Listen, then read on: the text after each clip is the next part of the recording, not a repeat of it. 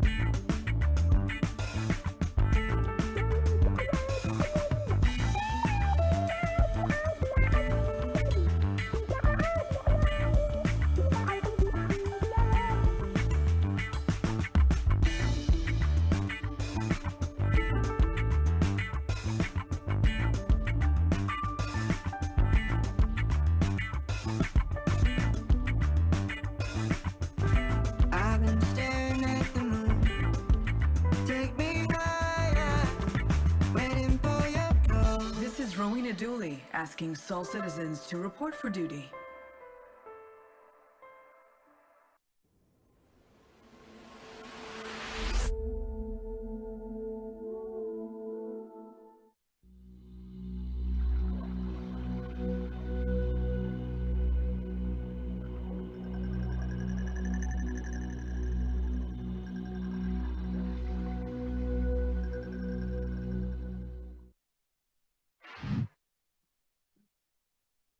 And greetings. Welcome back to the Soul Citizens. I'm GriffinGamingRPG, and we're back another week. Today is February the 18th, and I'm so excited to be here today because we have a great show for you guys. We hope everyone is doing well, that you guys had a great week. And as always, we really appreciate the fact that you guys have decided to join us on a Sunday evening. And I'm here with my great co-host and friend, Nomad1701, Infinite Diversity, Infinite Combinations, Live Long and Prosper. What's up, brother? Hey, how you doing? Good. How you been? I've been fantastic. Thank you very much. Good. Always glad to have you here. Oh, Thrakazog, kicking us off with James Brown. Thank you, Thrakazog. You're always there to kick us off. Thank you so much. We appreciate that community sub gift as always. We are joined today by a couple of very familiar names and faces in the Star Citizen community. I'm sure that many of you have seen these folks, heard about them, or you've seen their work somewhere, and we're excited to have them on. And first, I want to start off on the far left side, which is my right side on the screen. Back again, he's been with us once before, AngryPCTech. What's up, my brother? How are you? Oh, I am absolutely wonderful. It's been a great day lounging in bed, designing some awesome stuff for the future. Did absolutely nothing I wanted to get really accomplished today, and it was absolutely great doing it. But so yeah, I'm absolutely fabulous. So you basically kind of just cruised into this show today, is what you're saying, right? Literally, the wife came home from work, and I looked at the clock, and I'm like, "Oh, I've got to get up and start getting ready for the show." And she looked at me, and what would, like, you 10 years ago say about what you just did today? I'd be yelling at me 100%. I'd be yelling at me for getting nothing done. Well, listen, it's a Sunday. In my culture, for me, it's a Sabbath day, which is a day of rest, and you rest and chilled. So I admire that, because some people, even on Sundays, they run themselves ragged. So I'm glad you got some rest today and got to chill out. Yeah. Awesome. Today's my work Saturday. So cool. Awesome. Let's see. That was CC Creator. Good to see you. Haven't seen you in a bit. Hope you are doing well. Thank you so much for that sub for 28 months. Appreciate you as always. Hope everything is going well out there, out west, way out west. And also joining us today, another good friend of ours, first time here, but not a first time friend to the Soul Citizens in our community, the one and the only Victura. Victura, how are you doing, brother? What's going on, team? Good to be with you. Good. How was your Sunday? All right? It was good. It's been a good weekend overall. So. Okay. All right. Now, this is your first time with us, right? And now I'm here with you all. So okay. It's even better. Yeah. First time with us, right? And we've been excited to have Victura on because he's been in communication with us. We got to connect back during CitizenCon, and we've been in touch since then. And I told him, hey, would you like to come on the show? And he was, sure, what do you need? What do you need me to do? You know, send me some stuff. And I'm like, don't worry, we got a little time. I'll get it to you, you know. So he's been excited to come on, and we're happy to have him on too. I'm really excited for both of these guys. We were supposed to, as you guys know, our posts went out. That's all automated, and I should have killed it. But unfortunately, Starjump Grim, who's a good friend of ours as well, couldn't be here today. He had an emergency come up. Good thoughts and prayers for him. Hopefully things will go well for him. But he did send his love, and he also sent some other stuff for you guys, which you're going to talk about a little bit later. But hopefully we'll have him back because he's been on the show several times before, and we're looking forward to seeing him in the future. But today we've got these two brothers who brought a boatload of stuff for us to talk about. We're going to have a lot of cool things to share with you guys. And Nomad and I don't know, Nomad, I've never asked you this. Are you a collector of anything? Do you collect stuff at all, like TV memorabilia or movie memorabilia or game stuff? Do you do any of that? Oh, God. Star Trek comic books. Really? Like how far back? A few years ago. How far back do your Star Trek comic books go? About 5 years when I started to I made the decision to just start getting Star Trek comic books. Now, are you doing them from that point on, or are you going back and getting old stuff? No, just like newer stuff. Newer stuff? Okay. Yeah, starting with like the Abrams verse comics, but then I have my comic book guy getting me anything Star Trek related. So I've got Deep Space Nine. I got anything Doctor Who's crossovers. Okay. Just anything that's Star Trek related. He keeps them aside. I just picked some up on yesterday. Okay, that sounds good. I've got a stack of them. I'm going through them, and I just decided I didn't want to miss out on that. Okay. Well, I'm going to ask these guys too. I'm going to go to you, Angry PC, first. Barring your own stuff, were you a collector of anything, game or movie props or anything like that? I used to be until I had to move. And then when I moved to a smaller house, I had to downsize. Oh, what was your main thing that you collected? It was Star Trek stuff for the most All right. The next generation is the generation I grew up, Picard, the whole mess. Yeah. I will be rebuilding my collection. I had a model of the Enterprise D that was, I think it was like almost 3 foot long. Oh, 36-inch one. Oh my gosh. Oh, was that the fan home or was that the Polar Lights? Neither. It was actually a kit I made when I lived in Arizona. Oh wow. Yeah. Nice. So I had the entire technical library that was put out years ago. Yeah, you remember that? The technical manual? What is his? Oh God, what is his name? Okuda? His name? Yes, Okuda. Yeah. He wrote. And I pulled out those technical drawings. Wow. Modeled it. At the time, I had access to a full 3D CNC machine, so I put in Ren shape, and I made bucks to vacuum form the shells for each section of the ship, and the cell was all separated. It had I had gone all out. I had literally spent probably, I think it took me 3 years to build. Jeez. But there was fiber optics running to all the windows. They were all interchangeable. They could all you can't tell I have a bit of an addiction with LEDs. So it had at the time it had a microcontroller in it where you could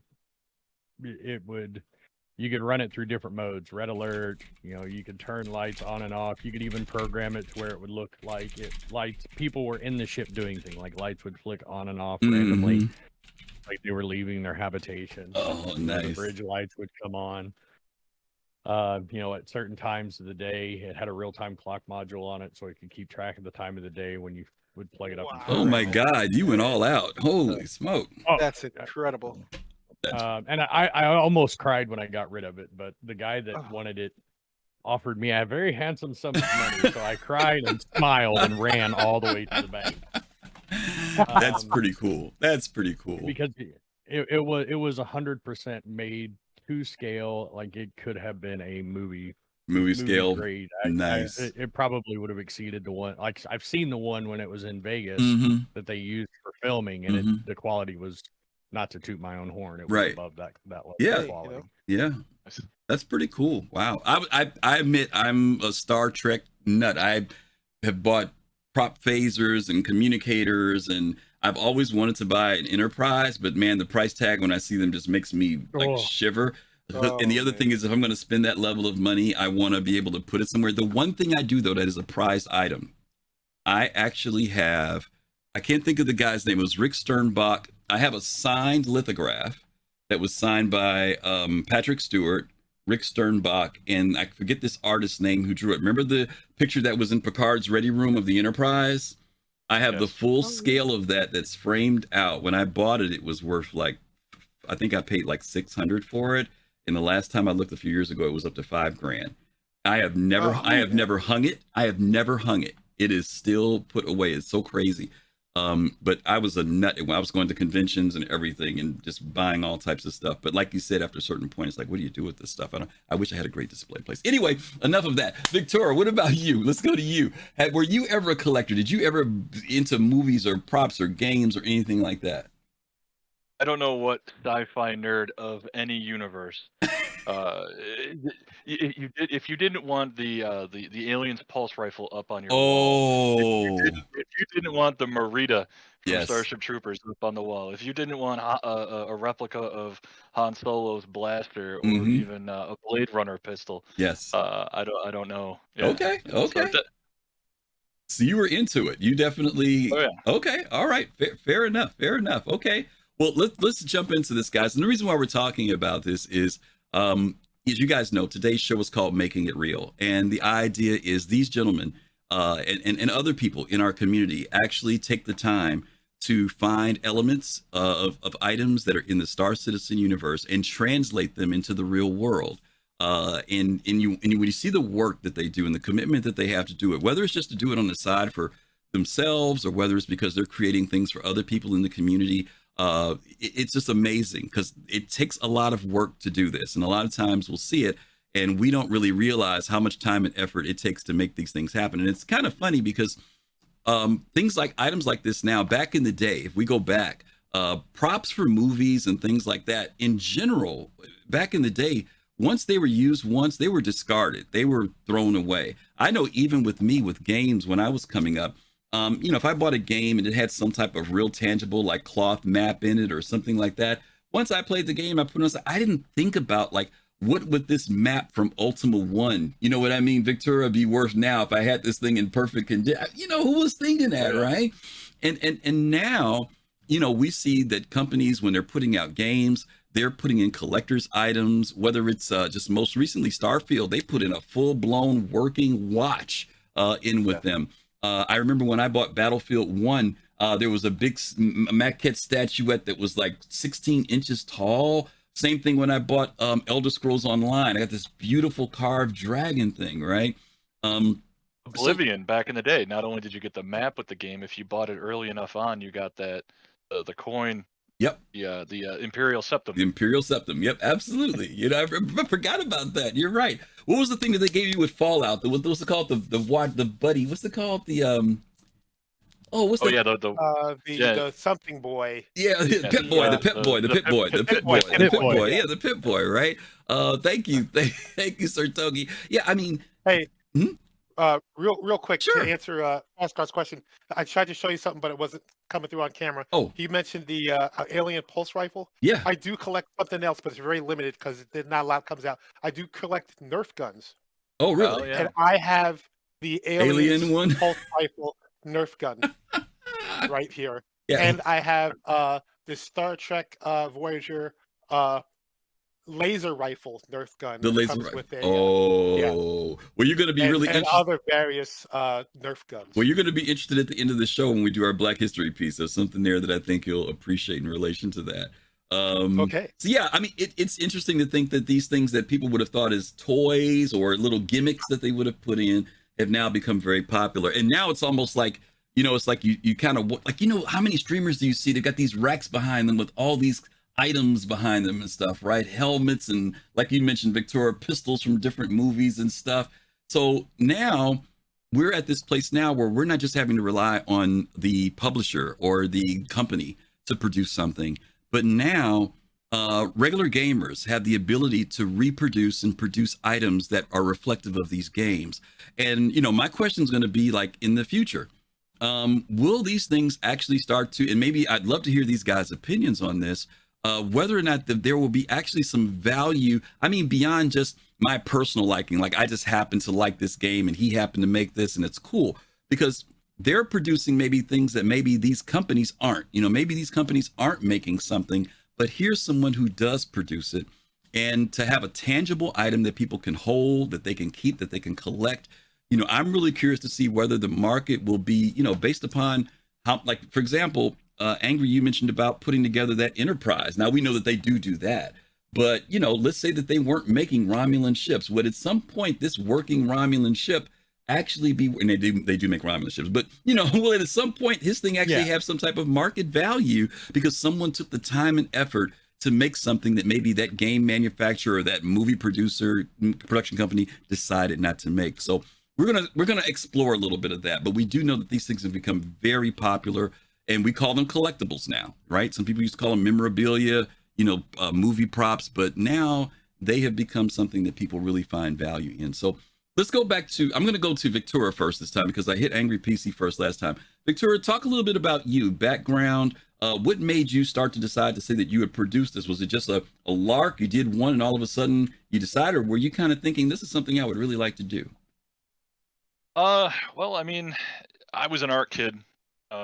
Growing up, when I was first in college, way back in the day, I was an art student, and that sort of that commitment and passion for the arts sort of carried itself over through life. And as we've gone into whether it's Star Citizen or other games as well, whether it's be it the envelopes, it's just something fun. Like I looked at it and it was like something I could do, something within my abilities to make. So just kind of like challenge myself to just throw them together and see if it were possible. And by chance, they turned out all right. And fun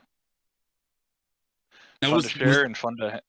Was this the first time you made something? Was it because of Star Citizen, or had you done it with some other things before that? Something in relation to games or fantasy fiction or something like that? Smaller things in the past, but I would certainly say that Star Citizen in the community has certainly been a larger thrust and push as of late in me making something that it's a digital asset and turning it into something that's physical. So. Okay, all right. Angry PC, I'll go to you. Same thing. What got you going with this? Was Star Citizen your first thing that you decided? I know you just mentioned about Star Trek, but I mean, as far as a game. Where you've gone in and taken stuff from their lore and their world and kind of made similar recreated items. What made you decide to do that? Because I wanted it. Okay. I mean, fair. Completely selfish reason, but like it. A little bit of a backstory there. Okay. Like I have a bit of an artistic background. Like most people that know me outside of the gaming community and outside of streaming and stuff like that, I'm the same person, but they don't know me as the artistic person. But years ago, I was a commercial photographer. I was a wedding photographer. I've had an artistic side to me. And when I set my camera down, all that creativity got kind of shoved down, and then recently it's just started to re-explode in other ways. But yeah, most of it come from, like I want the item. Like I want these things here. I want to hold them in my hand. Like, just for example, on the vulture coin that I made back in August, the texture that's on the background is actually created off the floor texture inside the vulture. Wow. Have another coin. I can't remember which one it was. No, that was one I did for Maiden Ariana. I made a coin for her, and on the back of that is part of the texture for the C1 on the back wall of the C1. That texture pattern, like it to me, I want the item because it enhances the immersion of the game that I play. It ties me to what I'm doing. Yeah, I think that's a great point. Nomad, for you too. I know you're a big Star Trek fan. And I think what Angry PC was just saying about the fact that I think that's a crucial point, that these items in some way connect us with that thing that we have a passion and a love for. And I know you mentioned about, collecting the comic books, for example, or you just said about the Nerf guns, right? What are your thoughts when you see these props, that people make? What are your feelings about them? Do you kind of look at them and say, oh, that's cool? Or do you kind of say, man, that, I might buy one of these? I me what you're feeling when you see stuff like that. Definitely the latter. I try to be all over it. Excuse me. Depending on price. I mean, I have I get myself a Bluetooth communicator. I got that one.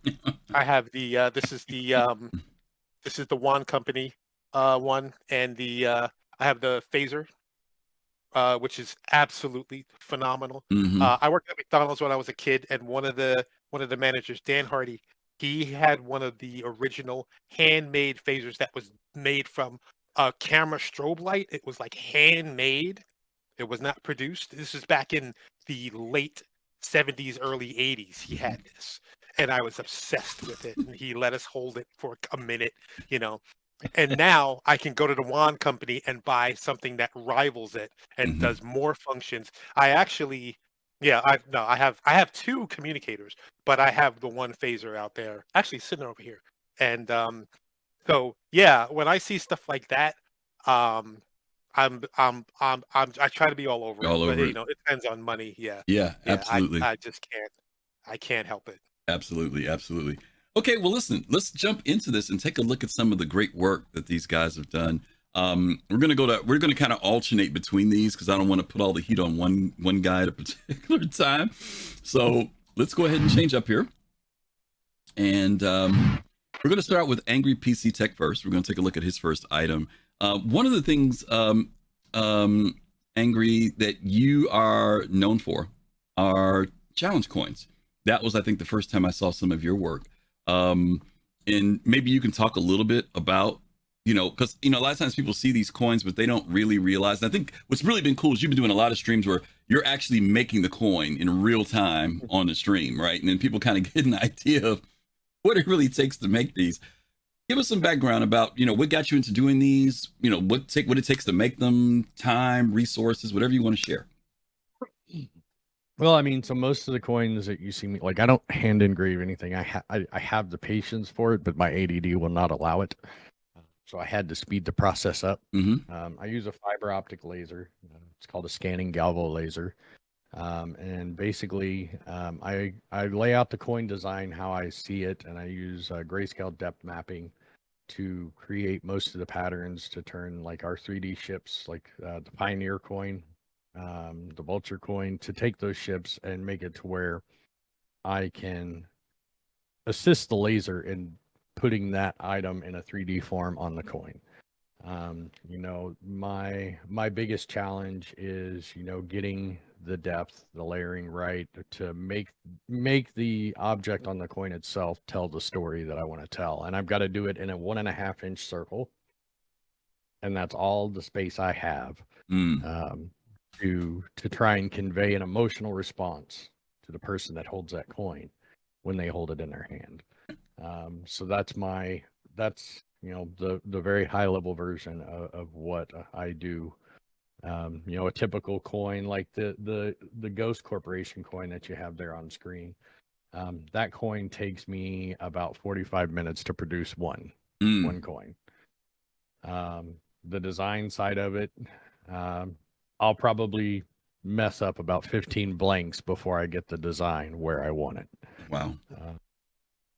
Let me ask you a question. If I'd known you were fire away. No, yeah, let me ask you a question just real quick, because I don't want to assume, because the term is used so much, a challenge coin. What's the history of the challenge coin? I mean, why do people want a challenge coin? Okay, so so this is a muddied story. There's mixed origins to this, and I'll tell the version I know because it rings to me. Military challenge coins originate in the military, at least as I know the story. I'm spinning a different yarn with some stuff that I have coming in the future. We'll talk about that a little bit later. But they're given to soldiers for commemorating special events or accomplishments, tasks, things that they've done that have earned them that. Now, what a challenge coin's purpose is when two soldiers, infantrymen, whatever the case may be, sailors, go to a bar, you walk up to the bar, you throw your challenge coin down, If you throw yours down and the other soldier doesn't have his, or the other military person doesn't have theirs, they're buying drinks. If they throw theirs down, you're buying drinks. That's what they're for. Gotcha. Okay. That's the origin as I know it for challenge coins. So it's not about flipping a coin, or I mean, not that you couldn't, but that was what the challenge was, right? That was the challenge between two soldiers when that would happen. Not just who's buying drinks? Okay. I'm digging it. Who's paying for our chaos tonight? That's pretty much what it is. Now, there was something about this coin in particular you wanted to share. You said if I had known you were going to show this one, what was it you were going to say? Well, I have I have some other examples that show like these. So the brass challenge coin is the most common. That's the most common material that you're going to see, you're going to feel, you're going to interact with. Okay. You know, like for example, for those that have, where did I throw it? Like this one here, the one that we got for SitCon this year that came out with the Zeus launch. Like these here, these are.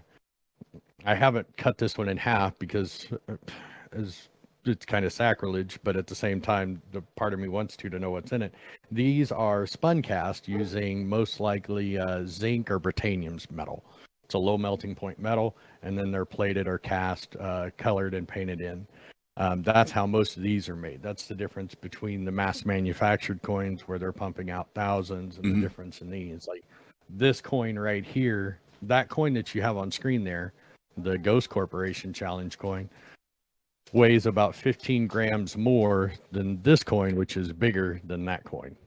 It's the difference in the materials. There is a tangible difference between, you know, these type of coins and the ones that you get that are mass manufactured. There's nothing wrong with the mass manufactured, but it's a different style. Now, my question to you is durability a factor? In other words, whatever certain type of materials or metals you use, or the cut, I mean, or are they pretty much all the same type of lifespan? I am very happy to be here.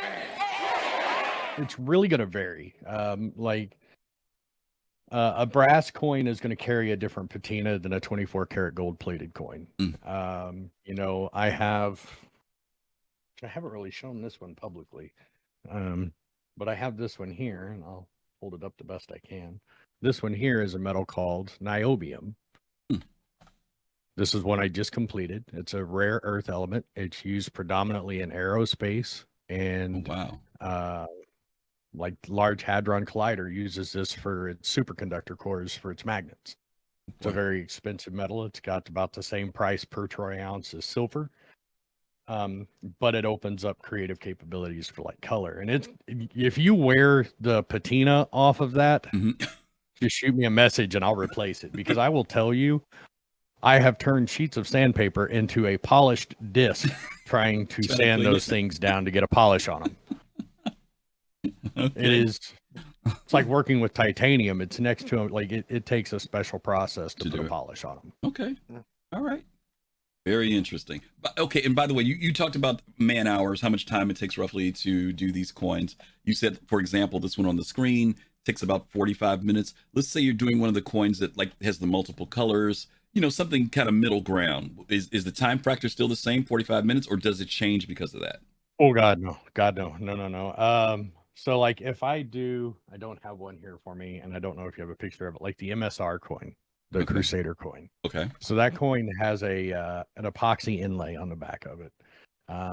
So the engraving part of it takes me 2 hours ish, give or take 2.5 hours. But the epoxy infill time on a single coin, you're looking at, so you do the cut, you do the infill. Takes 24 hours for the epoxy infill to cure. Then you have to sand it down flush again. Then I hand polish every coin after we're done. Like that one there is a brush coin. Those, I like the look of brush, but I think part of the reason I like the look of a brush coin is because it allows me to hide my crimes a lot easier. I don't have to be as particular. Like if I'm polishing a coin, the slightest imperfection on the surface is going to show through. These, like if there's what in coin collecting, like if a coin has a dent in it and it's a high finish or a high relief coin, where it has like a mirror back and it's been dinged, which is what's referred to as a bag mark, that spot on that coin is going to stick out like a sore thumb. If you've ever looked at a shiny coin and you just see a little dent on the surface of it, that's called a bag mark. And the slightest imperfection shows. It's going to show. Okay. All right. The poet, message me. We might be able to arrange something. There you go. There you go. Hey, the poets. Okay, let's jump over to Victura. Victura, let's take a look at you here. This is something that I've always been impressed with ever since I saw the very first one. By the way, I'm really mad now because I saw this with the gold frame and I'm like, dang, I need that frame. Yeah.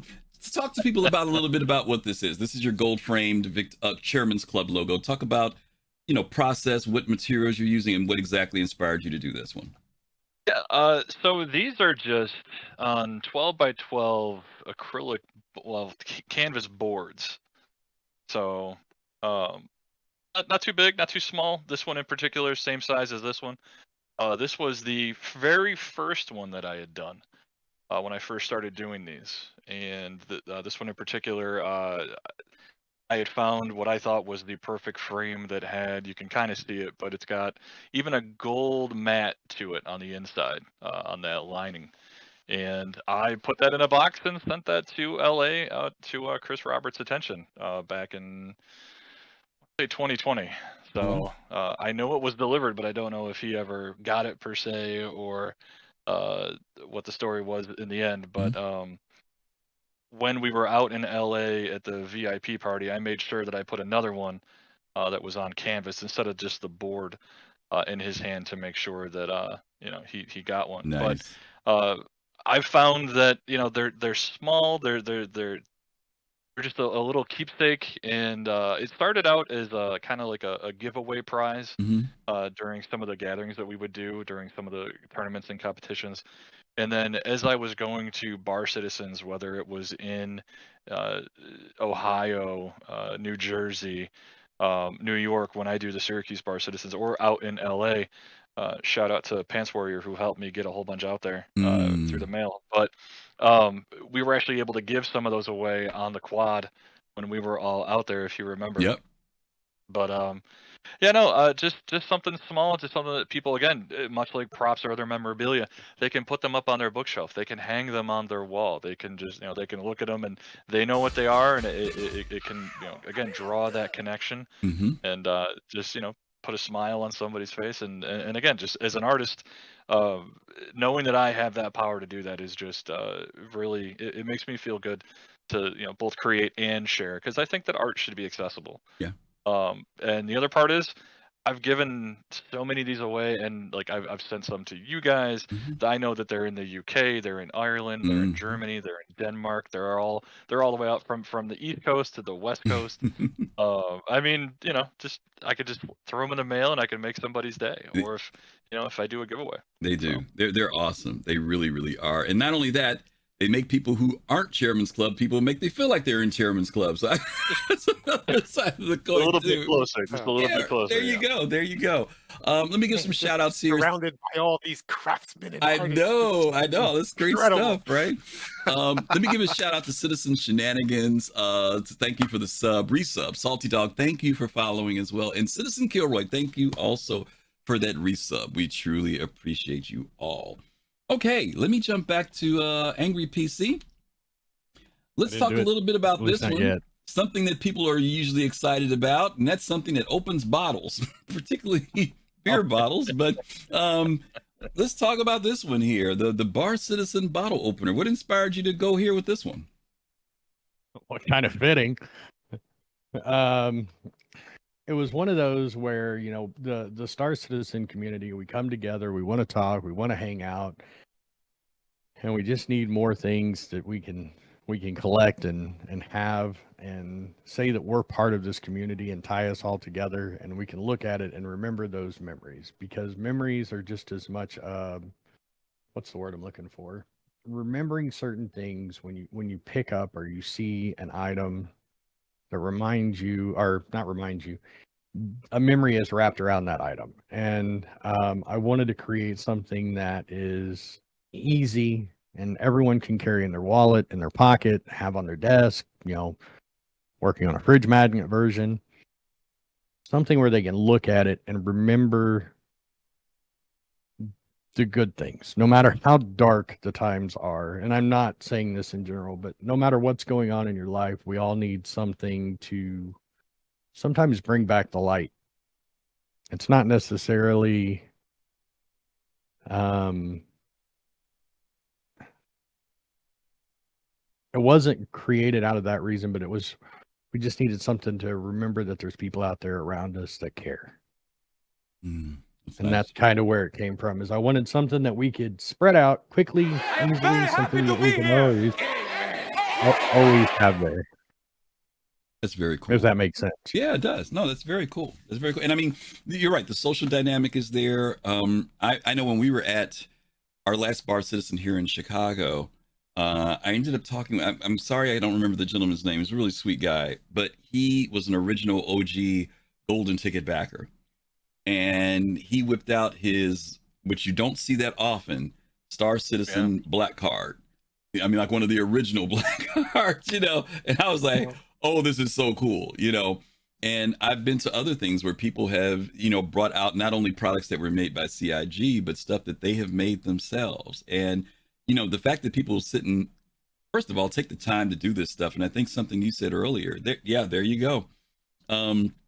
Something you said earlier about just making it for yourself, which is right. I mean, for both of you guys, you know, I'm sure it's great when you hear something's appreciated by other people, but a lot of it is just the fact that you make yourself happy producing this stuff, which I think is cool anyway. You know, it becomes a labor of love more than a labor of I have to do this, which is another factor. My accountant will tell you, yes, this is most definitely a labor of love, not a profit. Fair enough. Most 100% will tell you that. Fair enough. But yeah, it's you know, we are a community, and as far as video game communities go, we're probably one of the best. Yeah. The Star Citizen community is, even though, you know, there's salt mines on Spectrum. Mm-hmm. When somebody falls, the community comes running. Yeah. Every time. Mm-hmm. We all come together. We pick each other up. We don't let anyone stay down, regardless of what's going on. Mm-hmm.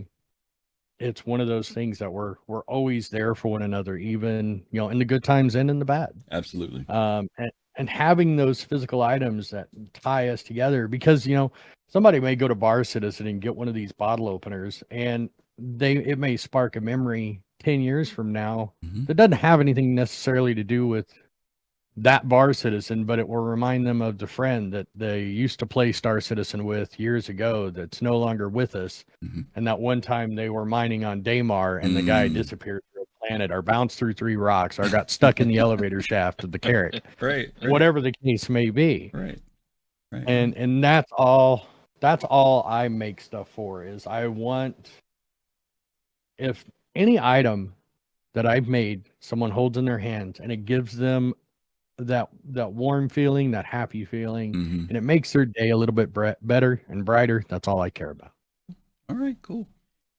Let me go to you, Nomad. Have you been to a Bar Citizen? Oh yeah. Okay. And when you've gone, you know, I'm kind of put this in context of what AngryPCTech was saying earlier about the experience of going, and, like, you know, a lot of times there are giveaways, right? Sometimes CIG is doing something, or somebody, the hosts, are doing something.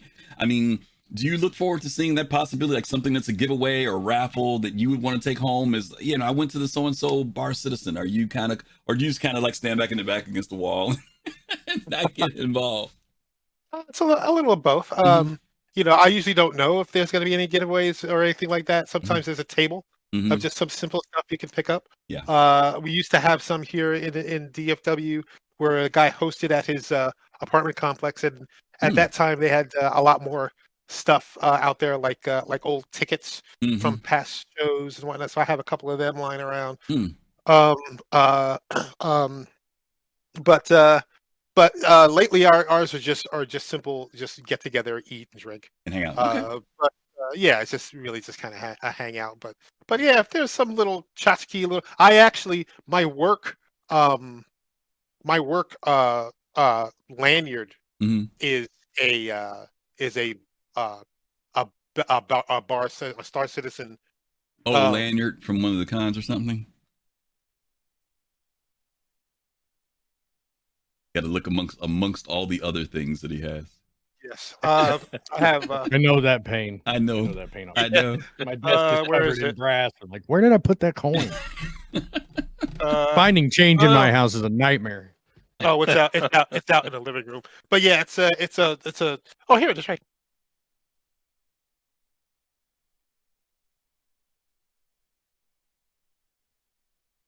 He says he's got to take all the stuff off of it now.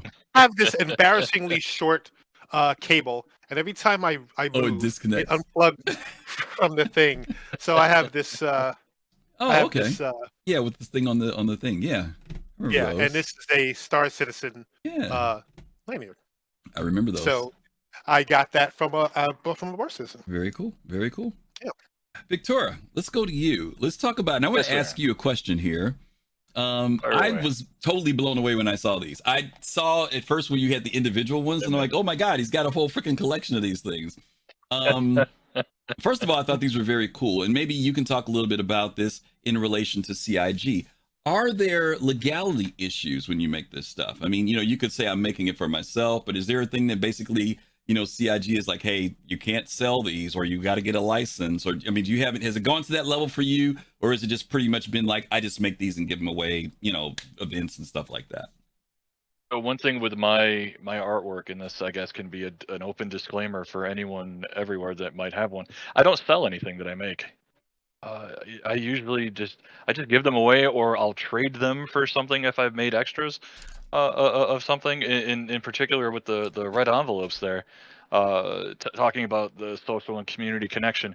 Years ago, when I was a young Vic in college, I had a roommate that was from China, and when we had Chinese New Year, he would leave little things, like little red envelopes around the dorm room, and like it's just little small things, but when Star Citizen did this, it kind of made me think of Ray and Chinese New Year and everything else. So that felt, that drew a connection there. And then again, just artistically speaking, I saw it as it's like, can I do this? Mm-hmm. Could I make one? Could I?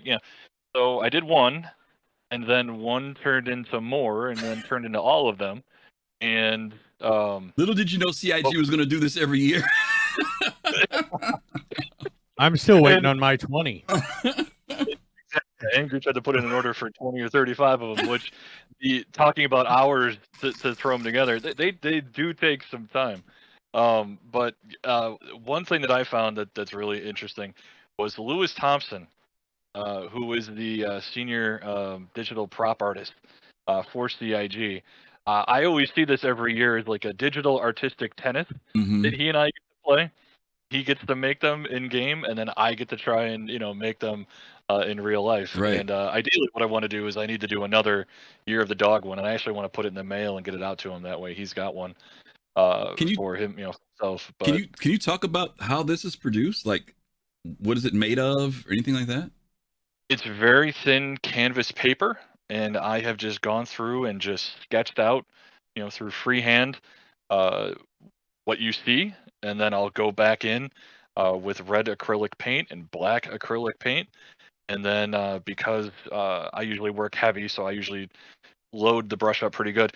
I couldn't get a clean line that good in gold paint, so I cheat, and I would use a fine tip magic gold marker. Okay. And I have far much more control as I'm doing, the specific line cuts and everything else, and just take the time to punch it out. Now, but, is that actually an envelope? I mean, is it actually with a fold, or is it just graphically looks like that? It graphically looks like it, and then I've inserted, fluff or some cardboard cuts, and then I'll cheat again, and I'll just staple, and then just paint over the staple. Okay. If I'm ruining the magic, by all means, I'm sorry. No. I mean, I mean, it's not like you're gonna, be using this folder to do something with it. I mean, I'm just saying, is it what does I want to say? So you're basically having to do a lot of, well, how can I say this? You have to do a lot of either screenshotting or going in and look for all the detail and everything, right? When you're doing this, right? Because they're pretty faithful to, at least they seem to me when I looked at them, they seem pretty faithful to what's in the game. I would say that they're close. I don't know if they're directly 100% on, but to your first question, as far as has CIG ever told me that I can't do it or tried to stop me? Never. Because again, like I said, I'm not mass distributing them. These are literally one-off. Yeah. I remember the first year I did it. CIG, I think it must have been Galactica, reached out and was like, "Oh my God, we love this." Mm-hmm. So I just put it in the mail to them and just sent it off. Nice. And in years past, Xylo has mentioned about making the community museum. So I'm hopeful that maybe some of the things I've sent over the years will make it on the wall, or maybe in a closet down in Austin. But great. No, I mean, again, it's just fun, just fun stuff. I think they're great. By the way, Fast Cart, if you're on, if you would drop their links in from time to time, because I know that we've got them, but I was going to do them at the end of the show. But please feel free to put their page links. Victura's page link is set up to go to the RSI website. You can see a lot of his work there. Also, AngryPCTech has his website at angrypctech.com. He says he has been. Okay, maybe I'm just missing it when it scrolls by. Thank you, sir. I appreciate it. You're on your job. I'm sorry.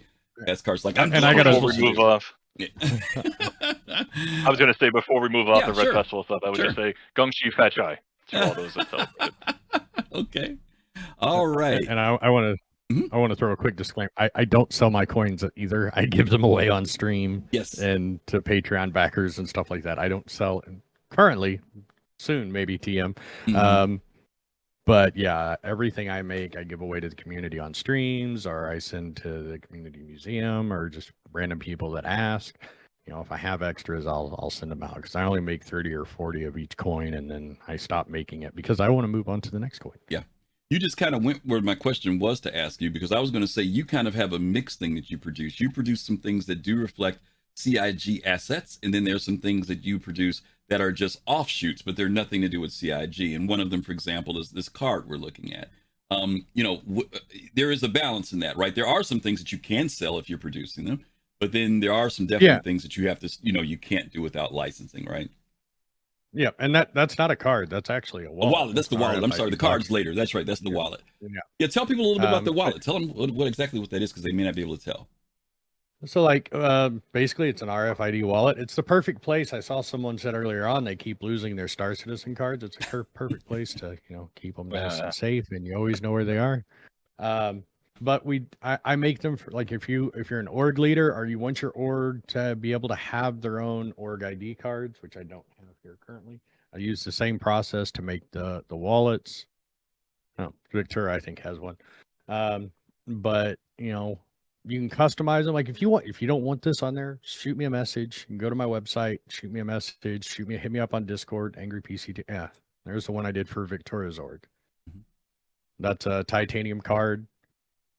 And, we put your member number and everything on there. We can make the wallets to match. I do that.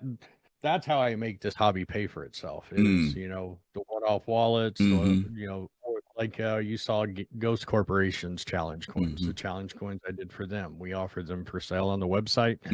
The org puts a little bit of that money aside for like ship giveaways and stuff like that. Those are what how I do it. Okay. Those are other items I make. Yeah, spinner coins like I've got. We're gonna come to that. So don't show anything yet, because we're gonna come to that for you. Yeah, we're gonna show them up close so people can see them, because I want people to see the detail in the work that you're doing there, because that's really beautiful stuff. Okay. All right. Victura, we're gonna go to you. Forgive me. I ran to go get my water and forgot to flip your picture. Okay, so I'm gonna flip it while we're talking. Anyway, tell people about the homemade pyro C-nuts. Oh my goodness. Well, this was great. I mean, this was fun, and I would underscore that this is something that, much like some of the artwork, this is something that anybody can do at home. And I mean, it certainly helps if you're hungry. But I mean, all you're doing here is you're just making a who wants some noodles. All you're really doing, you're just making pigs in a blanket, right? I don't mean to unleash my inner space Anthony Bourdain here, but all you got to do is you're just going to take a hot dog, you're going to chop that thing into thirds, and whichever part of the hot dog is going to be protruding from your pig in a blanket, you're just going to score it in an X on the end to accomplish the little end pieces there. And at that point, just make them like you would regular pigs in a blanket, and exactly puff pastries. That's all it is. And I haven't figured out. Oh, I'm in a blanket. I haven't quite figured out what. If you look closely in game, they've got like some sort of jelly or jam on the top of it, and I can't quite figure out what it is. I mean, maybe it's an orange marmalade, but I mean, you're welcome to experiment yourselves. But yeah, no, it was just something fun, something different, and it was funny because when I posted mine, like I think 45 minutes later, Galactica posted hers. Really? So I don't know if we were just on that same wavelength that day or not, but let me give you an idea. Again, funny to see. Let me give you a great idea. First of all, I think this is fabulous, because there are bar citizens and events that people have, right? And a lot of times there's the thing of we were drinking and sitting around talking. But man, if I went to a bar citizen and somebody made these and they were there as like appetizers, I would kill for them. I really would. For those of you who went to CitizenCon this year, you guys know that CIG actually, once again, they expanded on what they did in 2018. In 2018, we had the Big Benny's noodles. But this year, they had multiple different types of food that are in-game that we could buy at the convention center. And C-nuts were one of the things that they sold. They were actually good. I actually ate the thing. It was good. So when I saw this, I got excited. So I'm like, dude, you need to like do a recipe, on this stuff and post it. Don't just post the picture. Put the recipe up there too, man. You should create like a cookbook or something. I think it's so cool that you did this. Years ago, I did submit them when they had the Intergalactic Cookbook. I did submit my recipe for the Kazi Grazer ribs. Oh, so if you guys ever jump back and take a look, I think I'm on page 138 on that one. Oh, that's so cool. I love it. This is making me more inspired to go ahead and get that cast iron Whammer's burger press finished that I've been working on. There you go. No, I think that's really great. And again, the whole idea of us talking about this is what people will do to kind of take what's in the game and put it in the real world. And again, even if you're just socializing with some buddies, and have something like this, and as you mentioned, it doesn't take a lot to do it, but to be able to produce something like this, man, what that adds to the evening, of, hey, who wants some C-nuts, right? I mean, you can't beat that. I think it's very cool. Very, very cool. What did you use for the pastry real quick? Yeah, he's asking you, Victor, what did you use for your pastry? What did you use for the pastry? That's a not to invoke brand labels, I guess, but just the Pillsbury dough, just that comes in the tube that you got to whack to, There's some crescent roll dough or something like that. Yep, there it is. Yep. Okay. And then just you don't need much. Then you just wrap it in and just put it on the tray and just keep moving. Yeah, I'm really digging. I do recommend the hot dogs from Costco though. Oh my God, I can imagine. That's Oh my God. Those are great hot dogs. Oh my God. That is so cool. Personally, here lately, I've been making the pigs in a blanket recently using croissant rolls. Oh yeah, they roll up very well. Good. Stick together very that well. makes sense. Yeah, and they're perfectly cut for that. That's the way to go. Okay, got to do some testing pretty soon, guys. All right. Absolutely. At least you get to eat your mistakes. That's very true. Very true. Okay, let's go back to AngryPCTech. This one was a unique item. The stainless hologram luminalia. Let's maybe talk a little bit about what makes this one different. That Victura was there as I was struggling over this. that still invokes nightmares because now I'm back on the same struggle bus I was to get that result because I've done it. Where did I put it? I'm in the process of trying to get it to do that on the Bar Citizen. The problem I have is, there you go. You can kind of see it on there. It doesn't show it very well in this lighting. So the way that works is I'm using the laser at a very precise power rating and a very precise frequency to disrupt. And like I've talked to a metallurgist about this. I'm disrupting the surface annealing on there and re-annealing it in a pattern where it diffracts the lighting to get the hologram effect. I probably ruined, I want to say close to 75 of those little things. Jeez. Trying to get that pattern just right. And probably the same amount of these damn bottle openers. Just to get that pattern right. But I love the Banu culture and I wanted to do something for Luminalia. And that's what I started the Luminalia coin being that. And it evolved. And I don't know if you have. What is that engraved into? What type of metal is that? That's high polished stainless steel. Stainless steel. It is stainless steel. Wow. Yeah. And I want to clarify this because I see it thrown up everywhere. Mm-hmm. For those folks that have stainless steel and argue with people that it's not magnetic, yes, stainless steel is ferromagnetic. The base ingredient of stainless steel is steel. It's got a very low what makes stainless steel become magnetic, and this is something I had to struggle with this because it actually will affect how this looks. Is anytime you work a stainless steel material, bend it, flex it, anything like that, you break the molecular bonds between the nickel and the chromium in the steel, which allows the ferrous molecules to react to a magnetic charge. Sorry, random metallurgical nerd fact. No, it's good to know. Good to know. The more you know. Yeah. No, definitely good to know. How long does it take to produce one of these? About 13 seconds. Really? Yeah, it doesn't take long. Wow. It took me 3 weeks to figure out how to make it to do it. Yeah, to do it though. Wow. That's pretty amazing. 3 weeks. Yeah, 3 weeks and about $100 in little stainless steel coins. But yeah, yeah, they don't take any time at all because it's a very light. If I turned the power up any higher, I would actually start marring the surface of the coin. It won't rub off, it will last, it won't scratch off. But it's it's a very interesting process, and the difference between it working and not working is about 0.5 millimeter on the focus of my laser. Wow. It's pretty amazing. And it's annoying. Yeah.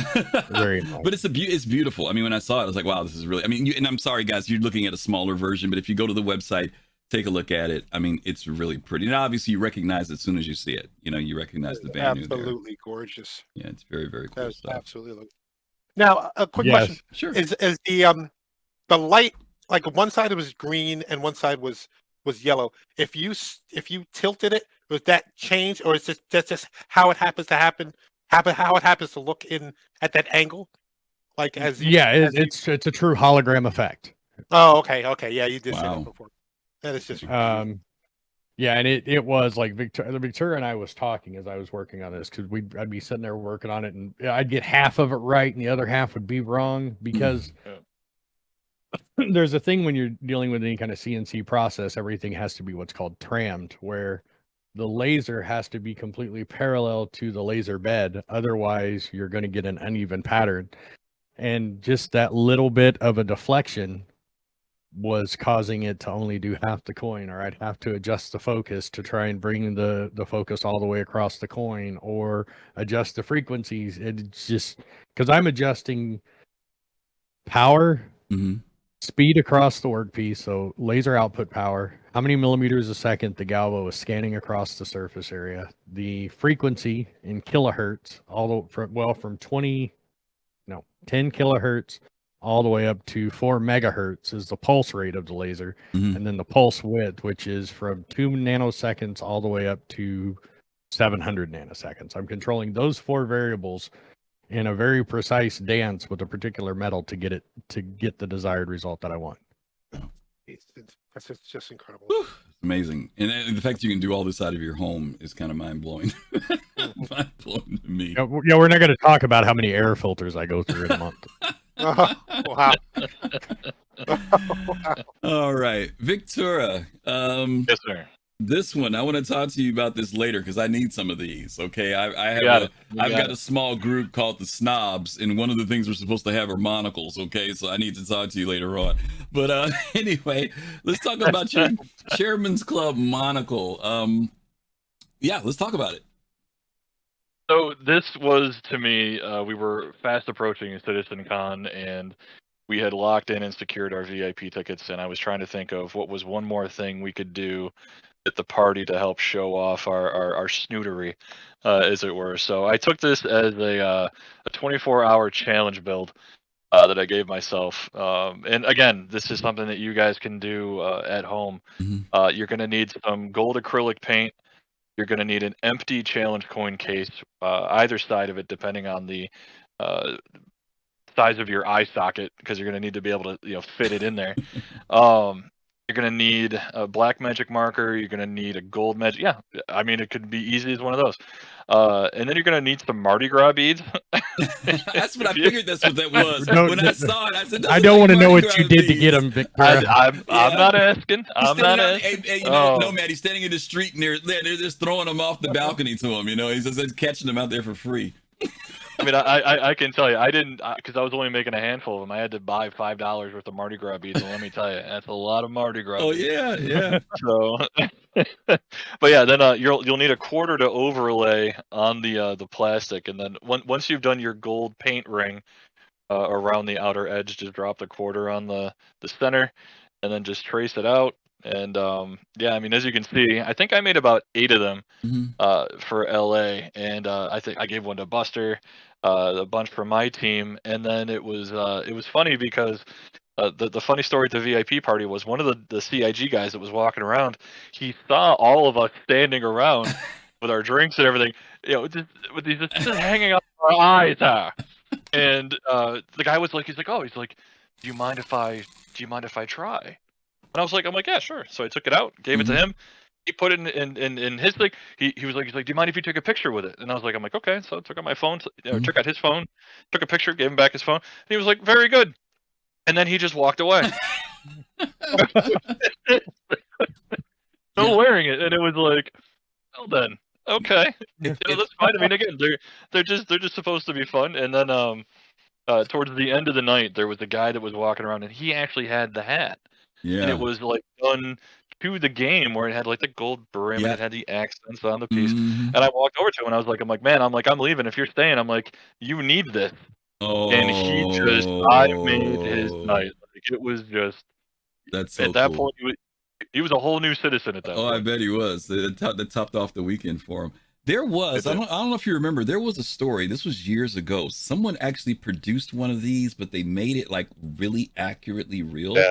And CIG definitely, I think, said something to that person about not producing those. Okay. If I'm remembering correctly, like they couldn't sell them. You know what I mean? They couldn't sell them because I was looking for them. Right.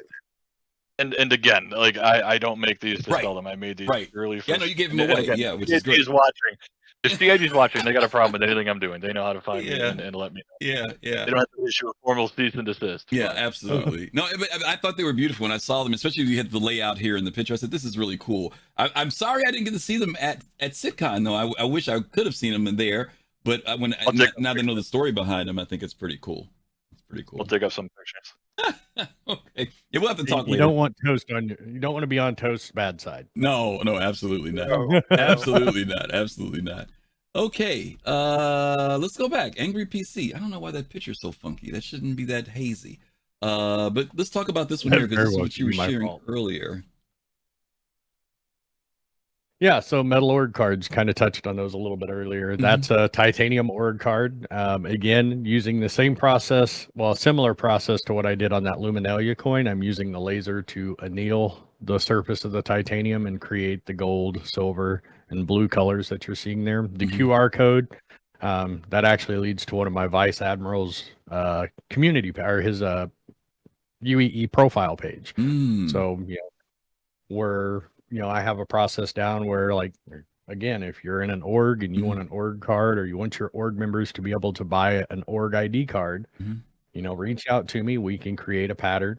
We can create a design. This one, if you look closely, and those that may have it, I may have already put it up, but that pattern and everything that's on there is very eerily similar to the one that's actually on the Star Citizen cards. I wanted to capture that. I'm not going to lie. I pretty much lifted that pattern off that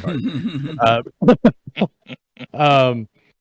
But I changed the top and the bottom. That has in very with micro engraving, like letters that are less than 0.5 millimeter high. It says the USSA across the top and the bottom in a gold micro printing. So we can do pretty much whatever you need. Like on titaniums, I can produce blacks, golds, purples, blues, and certain shades of gray. They're kind of weird. Titanium is a metal that I enjoy working with and hate working with at the same time. I was about to ask you why titanium in particular. Why are you using that particular for these cards? The color purposes. Titanium and stainless are the two materials. Well, titanium, stainless, and now niobium. As far as I know, I'm the only person that's produced a method to produce color using the laser on niobium. But those are the reasons why I stick with those. I do have an aluminum version, which is just, blue and white, black and white, red and white. We can get it anodized, whatever color. But again, it's one of those things like, if myself and my org mates, we ever go to a sitcon or a bar citizen, you can show these off. And, if I'm ever at a sitcon event and you happen to come up and show me one of these cards, I may have a certain coin that I'm going to give you for presenting your UEEID. Wow. That's awesome. These are some of the things that I'm trying to open the community up to have other ways to interact with the game that we enjoy in the real world. So it brings it out of the video game and into the real world. Yeah.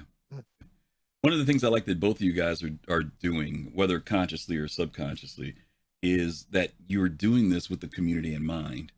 It would be very easy just to do this and just do it for self gratification, and that's it. But the fact that you guys, first of all, you have to take time, money, and resources to do this stuff.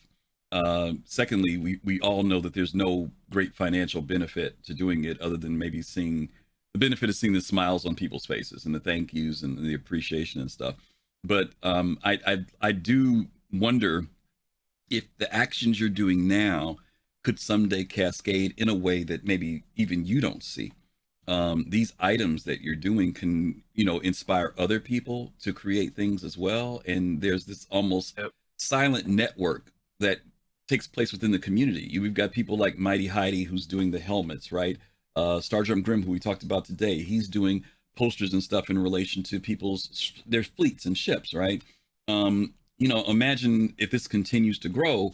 And mind you, CIG is going to have their own marketing and their own things they're going to produce, but I think there's going to be some great value in the fact that these items can be, for example, something that says, this is from CitizenCon so-and-so. Almost, we look at them as almost like limited edition. I'm looking at the envelopes you made, right? Which reflected different years, right? I mean, if someone starts collecting these things and saying, man, this goes all the way back to, 2952 or whatever, I think it's very cool, that people can have, because we're going to think about how crazy people are about wanting to decorate their hangars in game.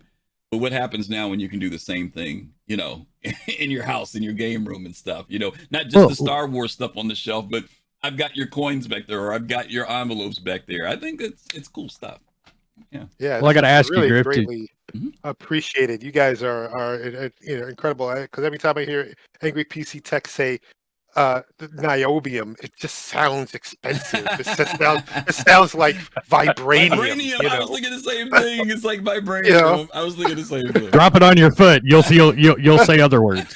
I've got a bar of it that I have. I don't know if you can see it on camera, but if you see that ring cut right there, that's tight. What titanium will do to your hand straight off the CNC mill. Ouchie. I literally put blood, sweat, and tears into everything I make for the community. It's greatly appreciated.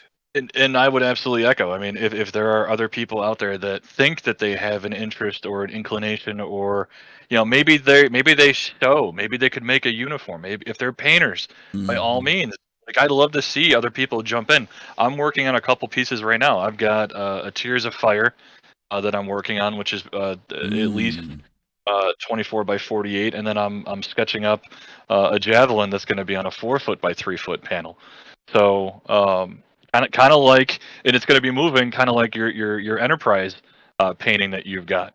So I don't know. So I'm hoping to share that with the community when I get that going. But let's talk about something that you did produce that is real world. You just mentioned it a second ago, if I'm not mistaken. That's you, right? Oh, there we go. Sweetness. It's one of the bomber jacket, and I'll say this: this was inspired by my buddy H, who's down that I always see at the Bar Citizens in New Jersey with Rumpel and his team. While this isn't H's jacket, it's close, but he actually has like the actual leather bomber jacket, and he's got all of the patches that are sewn in. These are all like Velcroed because I was working quickly. But he's got like on the inside of the jacket of his, on the back panel inside, he actually has the galactic star map on there, Wow. and then further over on the inside flap, if you're familiar with what's called a blood chit.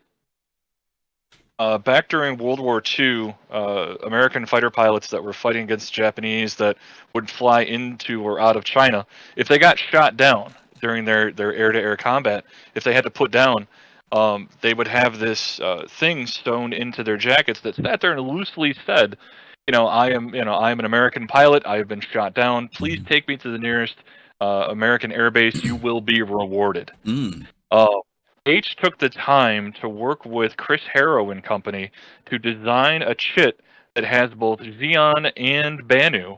Oh, wow. It essentially says, I am a UEE pilot, or I am a human pilot. I have been shot down. I have been separated from my team. Take me to the nearest UEE base. You will be rewarded. And going off of H's inspiration there, I tried to replicate my own in-game bomber jacket. So. Wow. That's fantastic. I'm in the process of doing the same thing. Really? There you go. Oh, nice. There you go. He's got them all ready to go. I just haven't ordered the jacket yet. Yeah, I love it. Every once in a while we will see people who will come to CitizenCon. In particular, I've seen folks that have come in flight suits, they've come in the jacket, and I always think it's very cool. And it's not always just because they want to come up and do cosplay, right? But it's just the fact that there's something about that immersion of putting that item on, something physical that you're wearing, and you walk in with it, and I think it's amazing. But when I didn't expect to see this because when I went to your page, I saw the artwork stuff. I'm like, wait a minute, this is a real jacket. This is a real jacket that he did, I think it's pretty cool, Now, mind you, flight jackets aren't expensive though. I mean, they can get pretty costly. I mean, depending on which one you want to get, but they can get pretty pricey, right? It can get expensive pretty quick. Yeah, all depends on how you do it. Yeah. I found this at I think the Goodwill, for $10 or $15, oh, wow. and then just took the like I said, like stitching on like the Velcro sections and then just fixing everything. So amazing. Yeah, and for anyone that's looking to do this, take the climate that you live in into consideration when you're buying a fighter jacket to do this with. Because if you go and order a proper bomber jacket off the internet, and you live in a temperate climate, you are going to sweat an ungodly amount. I will tell you now, bomber jackets, like true World War II style bomber jackets that have the lamb fur inlaid, you will not feel cold wearing one of those, because you have to remember those jackets were designed back when planes didn't have heaters in them. Right. And you're at an altitude of 20,000 feet sucking on an oxygen hose. I can tell you now that air temperature up there is rather cold. Yeah. Wow. Good point. It was beautiful stuff. That's gorgeous. Absolutely. Let's go into some questions for you guys. We do have some folks that want to ask a question. At least we got one good question here. AngryPCTech, I'm going to go to you first. The question comes from our good friend Fastcard. If you guys want to ask questions of them, please feel free to click on the little shit down there by the chat thing, the little eclipse rather, and we'll get your questions in for these guys. What projects have you attempted but either couldn't complete or you weren't successful with? You're struggling to get done. Angry PC, I'll go to you first on that one. He's shaking his head like already, like which one? He's like, which one? This is I got one I'm working on for Vic. The weather has been keeping me from being able to not complete that one, but we're working on getting a foundry set up where we can actually do our own metal castings. Wow. That's the first one out of the cast right there.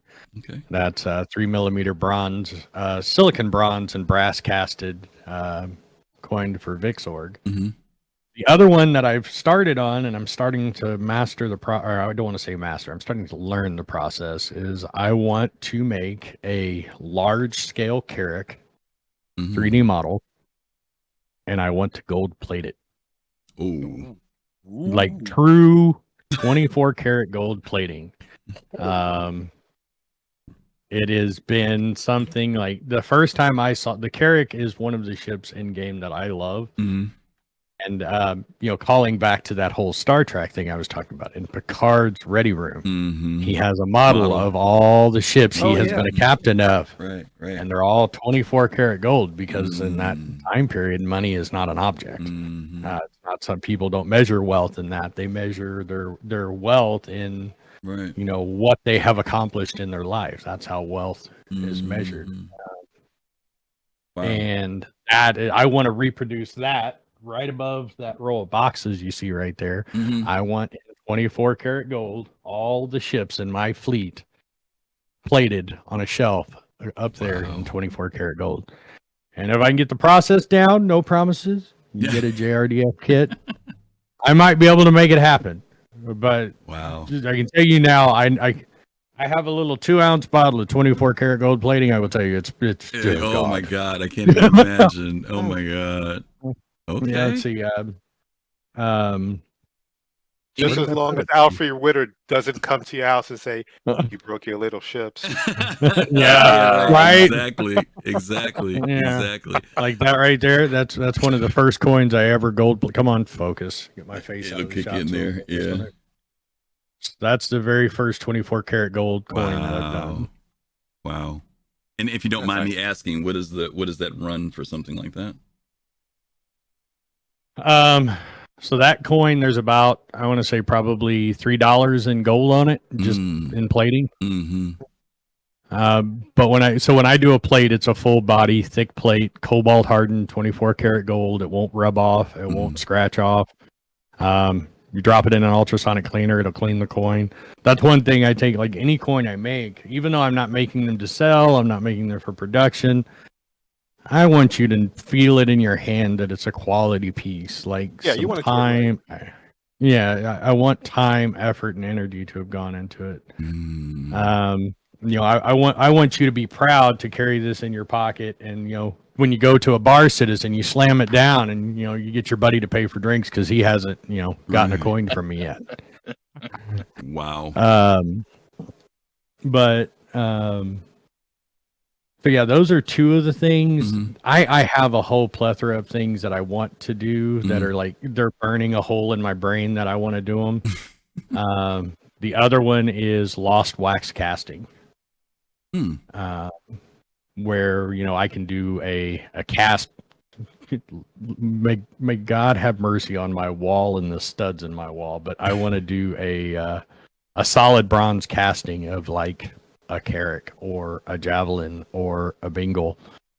Not necessarily large, but I just want a cast bronze or brass model of one of them. Okay.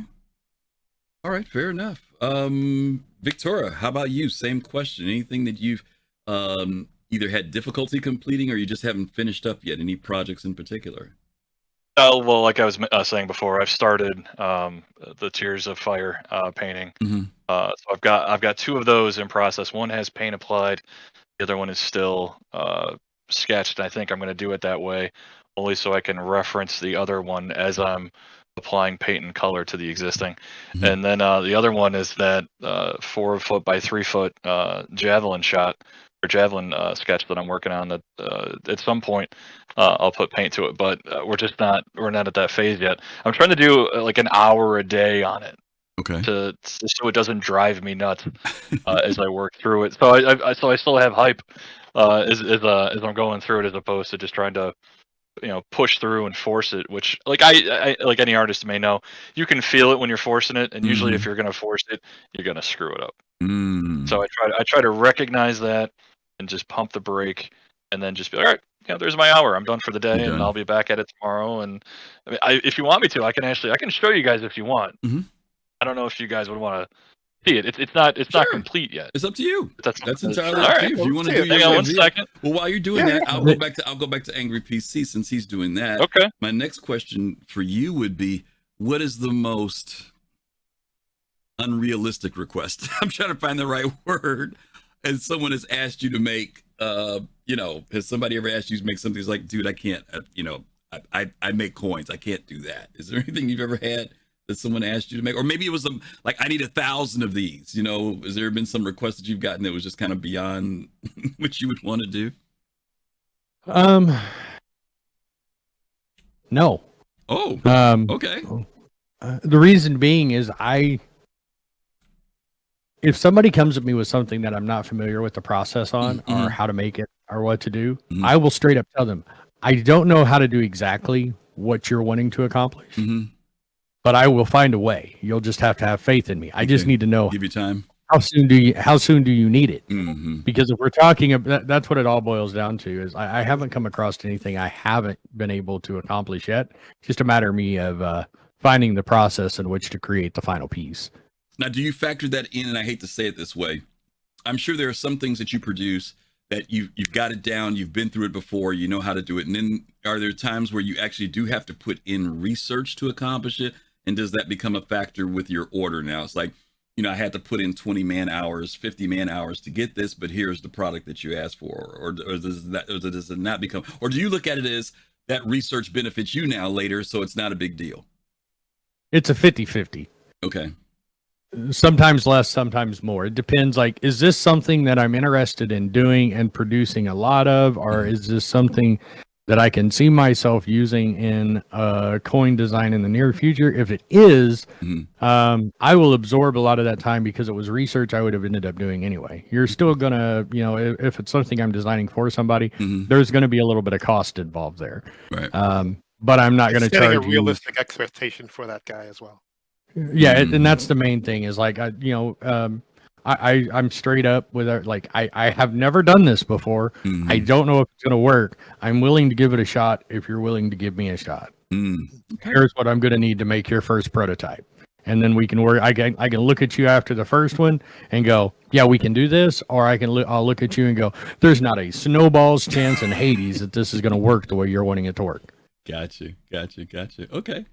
Victura, I saw your post. You said it wasn't coming up on screen, right? Yeah, I was bringing That's it out what in front. happened to me. It wasn't registering, kind of like Nomad. So I feel bad about that. That's okay. No, it happens. Same thing to you though. Has anyone ever asked you to make something that you kind of had to say, I can't make that, or maybe they asked you something that from CIG's point of view you couldn't do it because no, if I make that, that's kind of crossing the line with producing something from that's real. I mean, there was that one time that Angry wanted 35 of these things, which I still want them.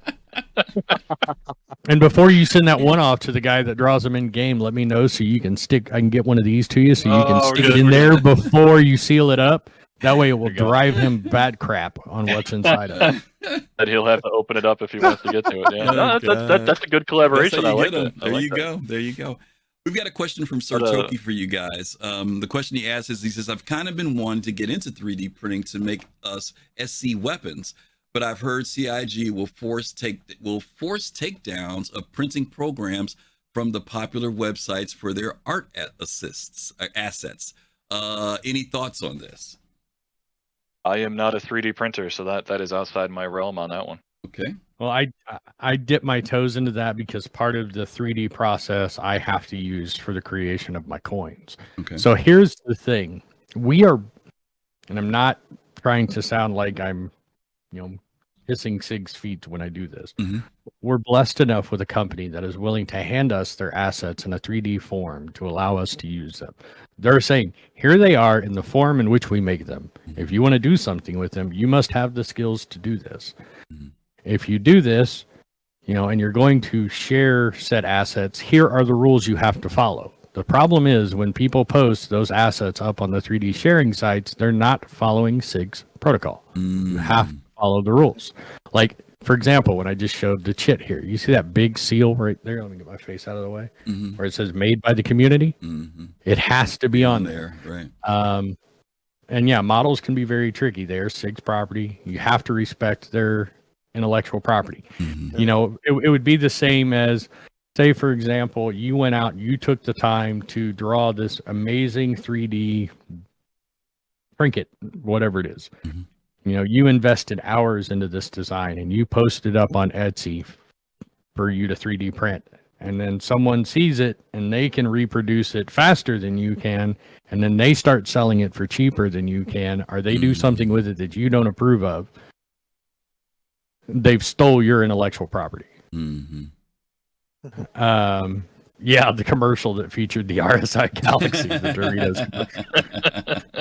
Yeah, remember that. I bet the SIG lawyers were salivating at the mouth over that. Oh yeah. But we're blessed with the fact that SIG embraces the community and allows the community to do these things. Yeah. Those of us that, and I'm not trying to step up on a pedestal here by saying it this way, those of us that embrace the assets that they've given us to do these kind of things, we encourage them protecting their intellectual property, because intellectual property, if you don't protect it, you lose the right to protect it. Yeah. But we kind of shun down upon that as well, because it can come back and burn Bite us. us in the butt, right? Mm-hmm. Exactly. You know, SIG could very well say, all right, well, too many people are abusing the fan kit. We're just going to nuke it. Absolutely. Absolutely. And then we can't do it anymore. But I will tell you, Go ahead. if you want to get something licensed and you want to make a product, ask them. There you go. There you go. They're not, it's not this, you know, up on a pedestal thing that is unattainable. Ask them. Mm-hmm. Absolutely. Yeah, they might just work with you, you know? Yeah. Sergeant Grimm. I mean, I was going to say, Sergeant Grimm just mentioned, to your point, he mentions about models can be tricky. They are CIG's property, and we need to respect their propagation. That thing would just jump on me. Out in the wild, we have seen them being used nefariously. Then he also mentions that the darn Galaxy commercial. Then he says, agreed, CIG has been very supportive. Main rule is that you cannot sell anything. That's what he sticks to. And to your point, we know people in the community who have reached out to CIG, and CIG they worked out a deal. Something happened where this person got approval to produce something. Even when we went to CitizenCon, to your point, Angry, I remember when we went, because we had a table there, one of the things when we did the NDAs and all that other stuff, but one of the things was that if we had any items that were this, that, and the other, we had to make sure that the by the community aspect was on it. We also had to be careful of even using Star Citizen's assets, their logos and stuff. They're legal people. They came by and took a look and see what are you giving away, or whatever it is, you know, because they wanted to make sure stuff was cool. And they were pretty cool with that. I mean, it wasn't a big deal. And even if you didn't have the label, guess what? They had the labels, the stickers with them, so they put them on there for you if you didn't have it, you know, because they didn't want to tell nobody take that stuff off your table, you know. I mean, that was cool, you know. Talk about SIG lawyers going the extra mile. Yeah. But I mean, yeah, it's one of those things where, you know, you're not even, I can't say bite the hand that feeds you, because, you know, we're not making any money off of it, but we want to be able to continue to make cool stuff. Absolutely. And that's really all it boils down to. And it's not hard. I can tell you now, I am a podunk redneck from Southeast Missouri that lives in a town with a population of about 1,100 people, and I'm in the process of working through the licensing thing myself. It's anyone can do it. You just have to say, hey, I want to make this, and you go through the process. Yeah, it's very. The same thing goes whenever CIG does any of their art competitions online, like whether it's a screenshot or whether it's who was the individual that they did like Luminalia clothing, like submit a design for clothing and we'll make it a game. And somebody did, and we have that because someone in the community took the step. Yep. Absolutely. Okay. All right. Well, listen, we're gonna do some stuff real quick. We're gonna do a giveaway. Sergeant Grimm, as I mentioned there at the beginning of the show, you couldn't be here, but he made it in. Grimm, we're so happy to see you. Hope everything has worked out for you today, but we really always appreciate you hanging out with us. Grimm offered to do some giveaway items for you guys. One of the things that he wanted to give away, who gave us bits? The Prisoner. Thank you, Prisoner, for the 100 bits. We appreciate that. I'm going to show you a small version of what he is offering you guys, and I hope you can see it. You know, sometimes this thing is so weird. I don't know if you guys can see that. It's in glass, so that's like the worst. Okay. But you guys can kind of see it. You know what? Better yet. I can see it. Yeah. No. I'm gonna do it all the way because I want you know how I am. You know how I am. My OCD is kicking in. OCD. Yeah. I don't have OCD. I have CDO, which is OCD in alphabetical order. All right. So Grimm was generous and gracious enough. He's always been generous to us. He gave or said he was going to do, make sure I get the right picture here. Here we go. I know you guys can't see this. I'm going to block me in Nomad's faces. I'm not going to block our guest faces. Sure thing. He is donating for a giveaway. This poster, 2 of these. We have 2 of these posters to give away tonight. The one that you're seeing that I just showed you is an 11 by 17, but this one is a 24 by 36. This is a full size, beautiful color poster that he wanted to be able to offer up to you guys tonight. And so if you are interested in this, we're going to be doing a giveaway after we do this next video. But I want you to sit tight, sit through this video. It's only like 3 minutes long. I'm going to set up for the giveaway in just a few seconds because I didn't have it ready like an idiot because this was kind of a last minute thing, but we are going to do that. So if you're interested in getting this beautiful, beautiful poster done by Star Jump Station, you guys know their work, what they've done in the community, and how they've contributed. Just stand by for that, and we are going to do that. So real quick. Very happy to be here. Let's see. Leaf Paws, thank you for that follow. We're happy to have you here. That's awesome. Thank you so much.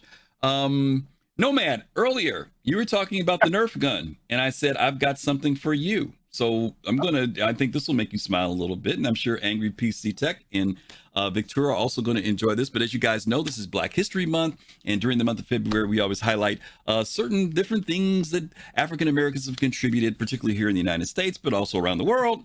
And today we've got some. I'm not going to even say what this is. I think that everybody in the room is going to recognize this when they see it. At least I think you will. I think I know what it is. You think you know it? Oh, you think you know what it is? Oh, you think you know what it is? Okay, I'll let you know. All right, fair enough. All right, so let's take a quick look at this while I'll get the giveaway stuff ready while we're doing this. There's this amazing picture of my coworker. It's him reading a Ninja Turtles book, lying next to a Super Soaker. When the Super Soaker came out, it was a game changer. The slogan, "Wetter is better," was essentially a mantra for kids during summer break. So when I went to Atlanta to interview the guy responsible for all that, I had to show him the photo.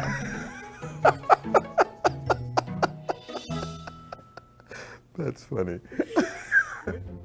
Lonnie Johnson invented the Super Soaker back in 1982. But that is not his only invention. Well, I have over 100 patents. Everything from the Nerf gun to a thermoelectric energy converter. He also worked on NASA's Galileo mission to Jupiter and alongside the US military. The first Super Soaker actually I made in my shop in my basement in the evenings when I would come home from work. And at the time I was actually working on the stealth bomber program back when it was highly classified. And I actually couldn't even tell my wife what I was working on during the daytime. It was that top secret. The original name for the Super Soaker was the Drencher. We ran into a challenge regarding the name because another inventor claimed it. So we changed the name to Super Soaker just to avoid having to deal with that. Super Soaker is definitely a way better name. When he started, Lonnie wasn't trying to create a toy for kids. I was working on a new type of heat pump that would use water as a working fluid instead of Freon. And I was experimenting with some nozzles that I machined. And I shot a stream of water across the bathroom, and I thought, geez, maybe I should put this hard science stuff aside and work on something fun like a water gun. It still works. And this brings me back to a previous point. Lonnie Johnson is a super genius scientist. This is his lab. And this is what he's working on now. Yeah, right now I'm working on advanced battery technology. My goal is to develop a battery that will store about 3 times the energy of a lithium-ion battery. In comparison, the Super Soaker might not seem as hard science, but it was still a really, really important invention.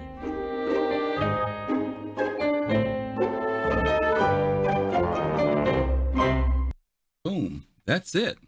Alrighty. Nomad, was that who you thought it was? Is that what you thought it was? Absolutely. I was going to be completely honest. Mm-hmm. I knew it was going to be the Super Soaker. I did not know about the Nerf gun. See, I caught you off guard for once. I can't believe absolutely it. did. That's very there you go. Surprise. There you go. Angry PC, did you ever monkey around with Nerf guns or Super Soakers? Oh yeah. You did? I never did. Yep. I never did. I always played with other people's. I never bought one. I put a kind of Buster motor in the Nerf gun once. What? Don't do that.